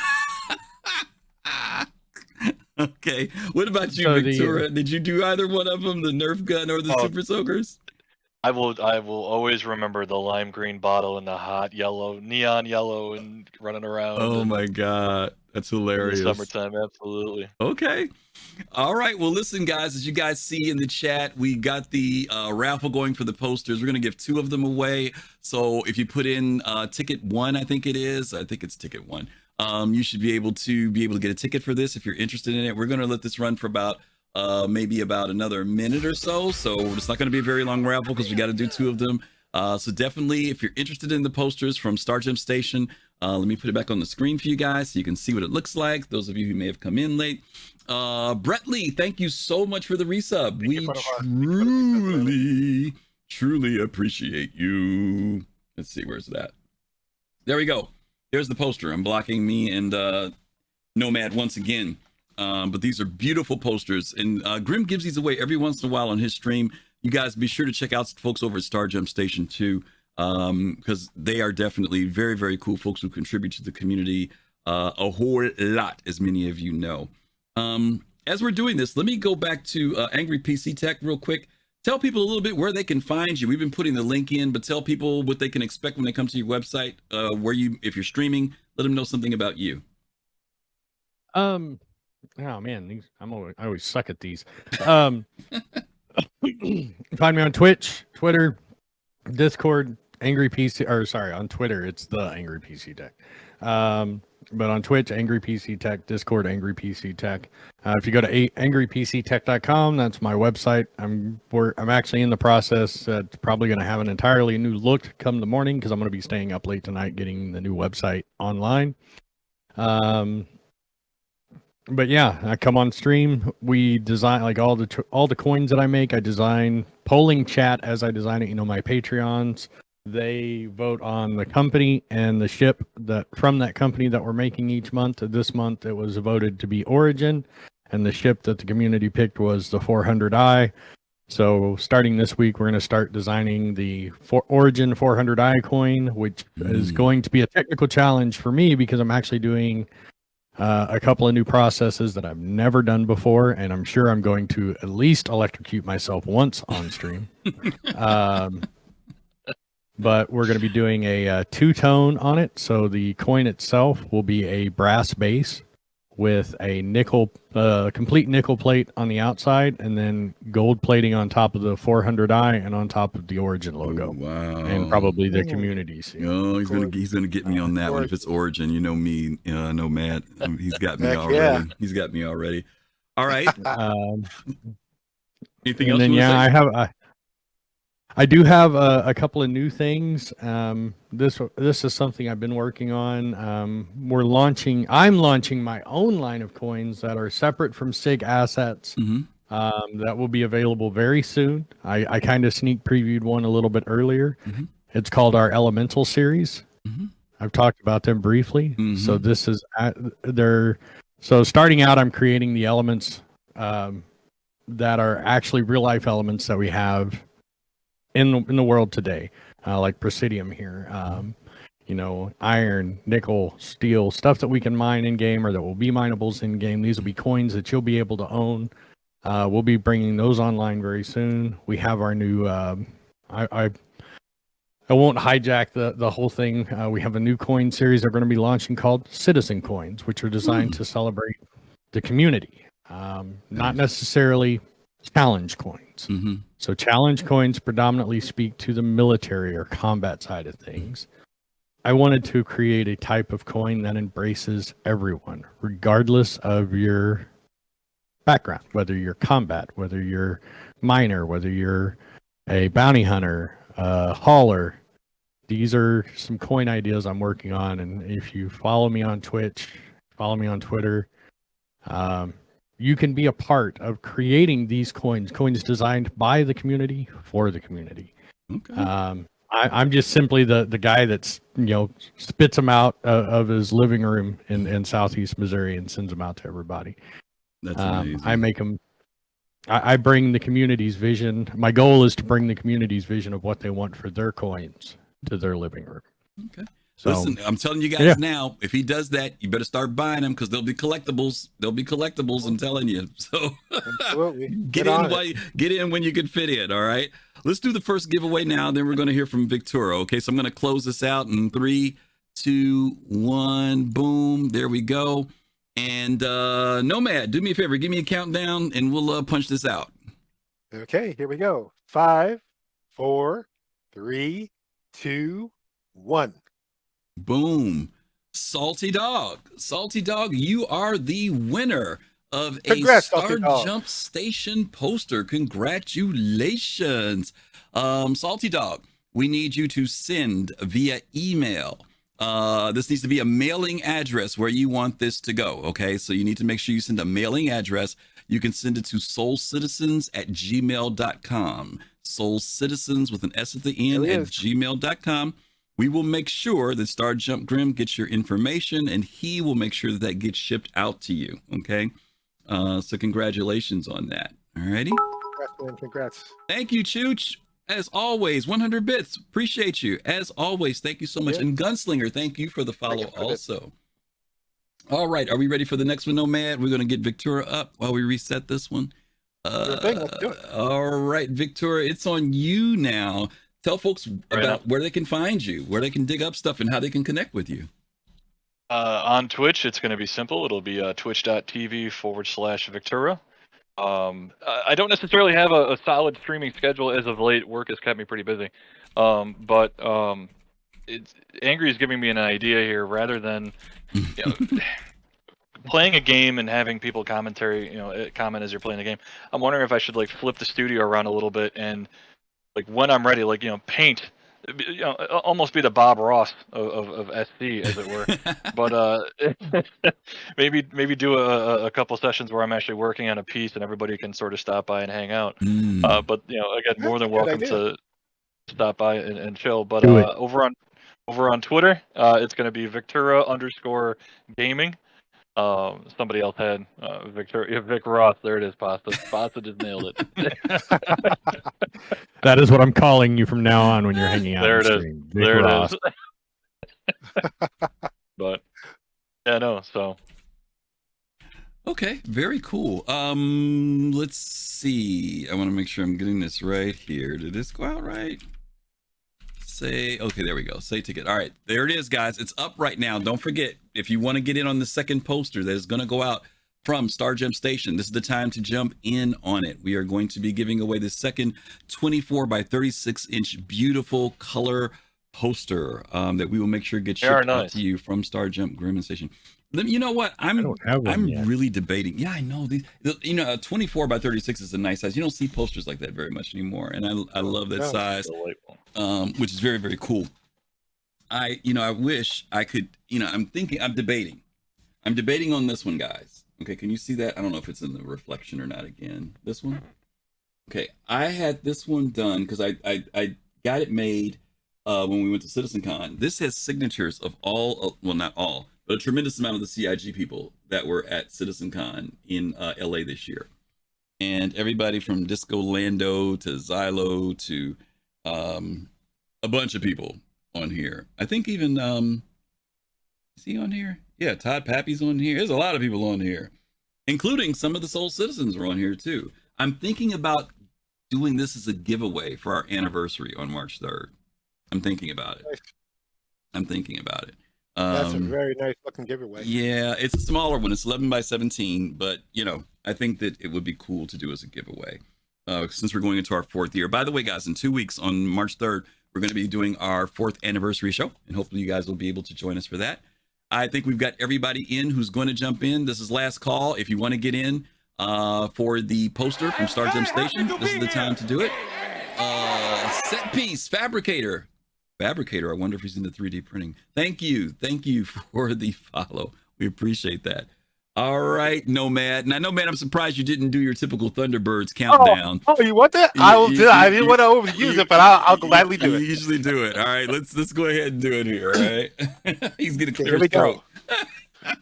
Here we go.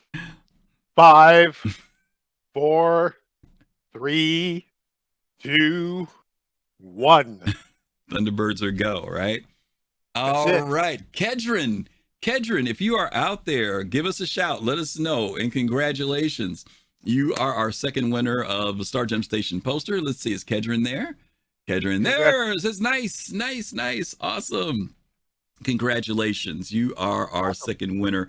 Once again, be sure to send us a mailing address. We need a mailing address that needs to go to soulcitizens@gmail.com. soulcitizens@gmail.com. And we will make sure that gets to Stargem Grimm and his team, and they will make sure that you receive your wonderful raffle giveaway item, because it's cool stuff. And there aren't a lot of those posters out there, 24x36 posters. So hopefully you will get a chance to take a picture of it and send it to us and let us know what it looks like. Okay, we are done. We have made it through the show. I want to talk about what we've got coming up with the Soul Citizens over this next week. Nomad, why don't you talk a little bit about Thursday? I'll talk about Saturday, and then we'll talk about next week. Yeah. Okay. On Thursday we have the our Soul Talk. Where are we? And Fast Cart. Notes on that? Yeah, Fast Cart. Fast Cart show Thursday nights. Yes, that's Thursday nights with Fast Cart. Soul Talk, 9 p.m. Eastern. Mm-hmm. And come and join that. We have some really interesting things to say, and please tune in. Yep. Don't forget, that's our roundtable discussion Saturdays. In fact, I think next Saturday, unfortunately, will I be having that show? Actually, I will be having that show next week. Okay. Yeah, I'll be having that show next week. So next week, 3 p.m. Eastern time, we're going to be doing Soul Voices. That's the one-on-one show where you get to come in and talk with me. We talk about items from Spectrum, from Reddit, and from the gaming industry and community, and just some stuff that sometimes just pops up in my mind. We'll have a conversation about that too. That's on Saturday at 3 p.m. Eastern time. And then next Sunday, we're doing a show called Flight Ready. And you say, what is that, Griff? Because that's how you start up your ship. No. Flight Ready is about what you need to do before you get in your ship. Why do you pick the weapons you do? Why do you pick the armor that you do? Why do you take the med pin that you do, or don't take the med pin that you do?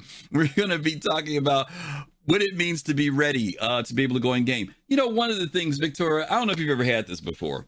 Have you ever told people we're going to meet up and go play and a certain time, and then you get there and then you're ready to go and you're like, wait a minute, I'm still over at Hurston, or I got to go down to the, get some med pin. That ain't Flight Ready. You know what I mean? So we're going to talk about what it means to get ready, be ready to go in Star Citizen. And some of our folks are going to be talking about their preferences, the way they operate when they want to be ready to jump into the game, so that you don't spend 25 minutes leaving the spaceport. All right. We're going to be talking about that next week. Okay. Angry PC, thank you so much as always. You are always wonderful. Appreciate you, all you do for the community. Again, happy to have you back here as our guest for the second time, and hopefully we'll have you back more. Victura, first time on, you did a great job. Love having you on. Dude, I'm going to take pictures of my doggone C-nuts, because I'm going to be making some hot dogs. And so I got some crescent dough upstairs. I think I even have hot dogs. They're Oscar Mayer wieners, though. I got to wait till I go to Costco to get the right ones. But I'm going to be making some of those. Nomad, you got anything you want to share before we go? Yeah, you can catch me every once in a while, usually on weeknights. I will, full disclosure, I am pushing my way through Starfield. Oh, okay. So I've been focusing on that on my stream. It's twitch.tv/nomad1701. When are you on usually? What time? Or what day I specifically? usually start at 8 o'clock Central. 8 p.m. Central. And is it every day, certain days, weekends? No, usually during on the weekdays, sometimes on the weekends, but usually weekdays after work. All right. So you guys follow, make sure you click on the follow thing so that when he's there, click on the heart. That way it lights up and you know when he's on. Okay. But 8 p.m. Central time, you guys make sure you check out Nomad. Okay. Because we really want to support him as well. Thank you. All right, gentlemen, for everybody who watched this tonight, thank you guys for the follows. Thank you for the subs. Thank you for the bits. Thank you for those of you who participated in the giveaway. Once again, special thanks to AngryPCTech, to Victura, to Starjump Grimm. Once again, for all that they and others do in the community that are producing these amazing items for us to be able to cherish, have fun with, and love in the Star Citizen community. And as always, we're going to look forward to seeing you guys very, very soon. I think we're going to be doing a raid, and our raid is going to be with someone that we've never raided before, called Sassy Martian. And it looks like it's a husband and wife team. Never seen them before, but we're going to go over and support them tonight. So when you guys get over, check out Sassy Martian, give them some love. If you like what you see, of course, follow, like them, let them know that you came over from the Soul Citizens. And till next week, when we see you guys, as always, take care of yourselves. Peace, love, soul. We'll see you later. Ciao.